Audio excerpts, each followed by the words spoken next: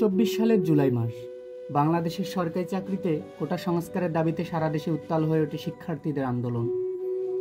এই আন্দোলনের এক অগ্রসৈনিক ছিলেন বেগম রোকেয়া বিশ্ববিদ্যালয়ের ইংরেজি বিভাগের শিক্ষার্থী আবু সাঈদ।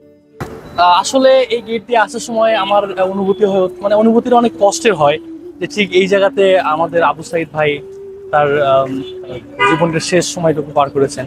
আর আমি আমি আমি বিশেষ করে একটা জিনিস খুবই করে অনুভব করি যে একটা জাতিকে পাল্টে দিতে আসলে অনেক মানুষের প্রয়োজন হয় না, একটা মানুষই যথেষ্ট।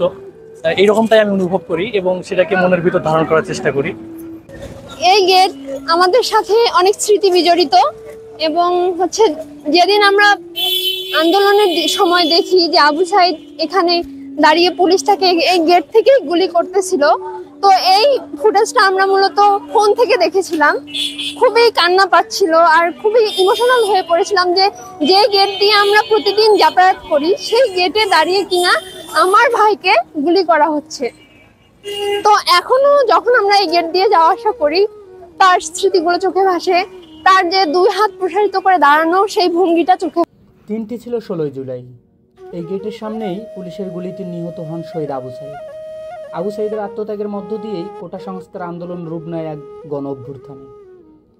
আবু সাঈদের আত্মত্যাগের প্রতি শ্রদ্ধা জানিয়ে বেগম রোকেয়া বিশ্ববিদ্যালয়ের শিক্ষার্থীরা বিশ্ববিদ্যালয়ের 1 নং গেটের নাম পরিবর্তন করে শহীদ আবু সাঈদ গেট নামকরণ করেন।